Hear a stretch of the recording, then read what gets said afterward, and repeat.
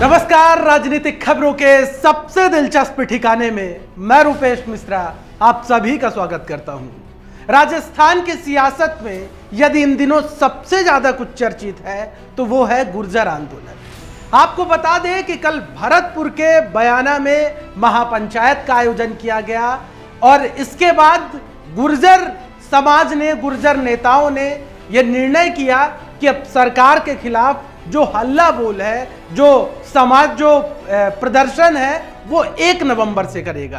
बहरहाल यानी जो गुर्जर आंदोलन कल से होने वाला था उसे स्थगित कर दिया गया है।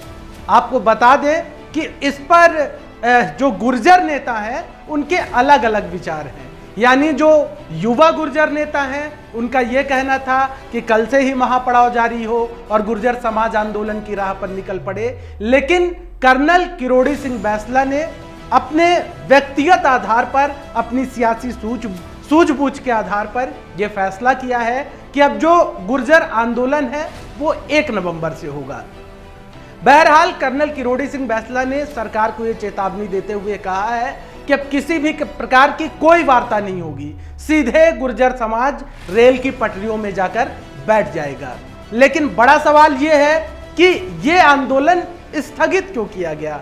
सबके मन में यही सवाल है कि जब कल ऐसा लग रहा था कि जैसे उनकी मांगें नहीं मानी जाएंगी तो समाज पूरा सड़कों पर उतर जाएगा, पटरियों में बैठ जाएगा, लेकिन फिर क्यों यह कार्यक्रम स्थगित किया गया, फिर क्यों प्रदर्शन के कार्यक्रम को आगे बढ़ा दिया गया 1 नवंबर तक को। दरअसल इसके पीछे जो कर्नल किरोड़ी सिंह बैंसला और उनकी टीम है उनका यह तर्क है कि राजस्थान में इस वक्त फसल बुवाई का वक्त चल रहा है और इसी के साथ साथ त्योहारी सीजन भी है, लिहाजा किसानों का काम प्रभावित ना हो, 1 नवंबर तक का उन्हें वक्त मिल गया है। साथ ही साथ सरकार को भी 1 नवंबर तक का वक्त मिल गया है कि उनकी जो मांगे हैं उन मांगों पर तेजी से विचार किया जाए और अंतिम निर्णय तक उन्हें पहुंचा दिया जाए। बहरहाल आपको बता दें कि गुर्जर समुदाय के इन मांगों को लेकर सरकार भी खासा आक्रामक नजर आई। सरकार ने भी अपने स्तर पर तमाम प्रयास किए।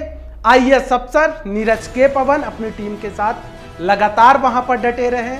उन्होंने कर्नल किरोड़ी सिंह बैंसला से बंद कमरे में भी वार्ता की और इस दौरान बहरहाल कर्नल किरोड़ी सिंह बैंसला ने तमाम बातचीत और वार्ता के बाद यह निर्णय निकाला कि जो गुर्जर आंदोलन है वो 1 नवंबर से शुरू किया जाएगा। लेकिन इस दौरान जो सियासी माहौल देखने को मिला वो अपने आप में बेहद दिलचस्प था।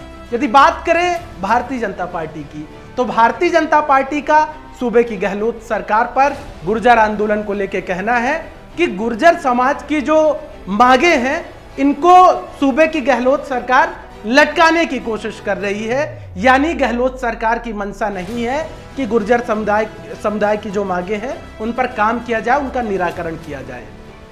वही अब बात करते हैं कांग्रेस पार्टी की तो कांग्रेस पार्टी में पीसीसी चीफ गोविंद सिंह डोटासरा ने मीडिया से बातचीत में यह बात कही है कि केंद्र सरकार जो 9वीं अनुसूची में जो शामिल करने की बात है वो केंद्र सरकार ही कर सकती है।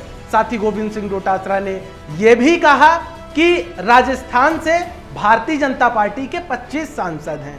यदि उन्हें इतनी ही फिक्र है तो क्यों गुर्जर समाज की मांगों को केंद्र सरकार के समक्ष प्रबलता से, प्रमुखता से क्यों नहीं रखते हैं। फैसला जी का और जो तमाम लोग, गुर्जर समाज के लोग जो नेतृत्व कर रहे हैं उन्होंने सरकार की अपील को सुना, मुख्यमंत्री जी की अपील को सुना और कमेटी और सरकार के ऊपर उन्होंने विश्वास व्यक्त किया है। मैं समझता हूं कि चर्चा में अमृत निकलेगा। जब चर्चा का मंथन होगा तो अमृत निकलेगा और उनकी जो भी समस्याएं जो राज्य सरकार के बस में हैं, जो उनके क्षेत्राधिकार में हैं, वो लोग बाग हम करेंगे। लेकिन मैं तो केवल उनसे इतना निवेदन करना चाहता हूं कि 25 सांसद हमने दे दिए राजस्थान की जनता ने, तो क्या गुनाह कर दिया? उसमें क्या गुर्जर का योगदान नहीं है या अन्य जातियां जो पिछड़ी हुई हैं उनका योगदान नहीं है? लेकिन इस दौरान एक दिलचस्प तस्वीर भी सामने आई। वो ये थी कि पायलट कैंप के सबसे करीबी पूर्व मंत्री विश्वेंद्र सिंह के बेटे हैं अनिरुद्ध सिंह। अनिरुद्ध सिंह कल अपनी युवा टीम के साथ जो महापंचायत गुर्जर समाज की हो रही थी वहां पर पहुंच गए। अनिरुद्ध सिंह ने कर्नल किरोड़ी सिंह बैंसला, विजय बैंसला के से वहां पर मुलाकात की और उनके इस आंदोलन को समर्थन भी दिया जो लगभग सबसे ज्यादा चर्चाओं में रहा। क्योंकि इसके पीछे की वजह है कि सूबे में कांग्रेस की सरकार है और इसी के साथ साथ यदि पायलट कैंप के पूर्व मंत्री के बेटे गुर्जर समुदाय के बीच में जाते हैं, उन्हें समर्थन देते हैं, तो इसके क्या सियासी मायने निकाले जाने चाहिए। क्या ये माना जाए कि सरकार कुछ और चाह रही है लेकिन सरकार के जो विधायक हैं उनकी मंशा कुछ और है। जाहिर तौर पर तमाम तरह के राजनीतिक कयास लगाए जा रहे हैं, तमाम तरह की बातें की जा रही हैं, लेकिन यहां पर जो सबसे ज्यादा दिलचस्प बात है और गौर करने वाली बात है वो ये है कि अब इन दिनों में गहलोत सरकार क्या फैसला करती है। क्या गुर्जर समुदाय की जो मांगे हैं उनका निराकरण सरकार कर पाती है या फिर गुर्जर समुदाय एक बार फिर से पटरियों में जाकर बैठ जाएगा। जाहिर तौर पर सरकार के समक्ष मौजूदा वक्त में ये एक बड़ी चुनौती है, लेकिन जिस प्रकार से 1 नवंबर तक गुर्जर आंदोलन को जो स्थगित कर दिया गया फौरी तौर पर, ये जाहिर तौर पर ये कहीं ना कहीं इस ओर इशारा भी कर रहा है कि सरकार और गुर्जर समुदाय के बीच में वार्ता कुछ ना कुछ हुई है। बहरहाल कर्नल किरोड़ी सिंह बैंसला और उनकी टीम की ओर से कहा गया है कि सरकार के प्रतिनिधियों से जो उनकी वार्ता रही है उसमें कोई भी निष्कर्ष निकलकर सामने नहीं आया है। लिहाजा देखने वाली बात यह होगी कि आखिर 1 नवंबर को प्रदेश की कैसी तस्वीर बनती है। क्या गुर्जर समुदाय पटरियों में जाकर बैठता है या गहलोत सरकार उससे पहले ही उनकी मांगों का निराकरण कर देती है। वही बात करते हैं पायलट के किरदार की, क्योंकि जाहिर तौर पर जब बात गुर्जर समुदाय की हो और सचिन पायलट का जिक्र ना हो, ऐसा हो ही नहीं सकता। लिहाजा यहां पर देखने वाली बात यह है कि सचिन पायलट की जो पूरे प्रकरण को लेकर जो चुप्पी है, उन्होंने एक लफ्ज अभी तक नहीं बोले हैं, जबकि गुर्जर समुदाय अपने आप में प्रदेश का एक बड़ा आंदोलन है। इससे पहले भी हुआ तब प्रदेश की आवाम ने ये तस्वीरें और सियासत में ये तस्वीरें देखी हैं कि कैसे आंदोलन हुए थे, किस प्रकार से उग्र आंदोलन हुए। लिहाजा कहीं ना कहीं यहां पर देखने वाली बात यह होगी कि सचिन पायलट के इस पूरे प्रकरण पर क्या रुख होता है। और सबसे ज्यादा जो दिलचस्प बात है वो ये है कि गहलोत सरकार इन दिनों में बीच का क्या रास्ता निकालती है।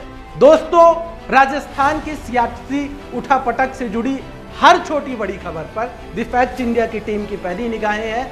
हर बड़ी खबर हम आपके समक्ष फौरन लेकर हाजिर होते रहेंगे। तब तक के लिए नमस्कार।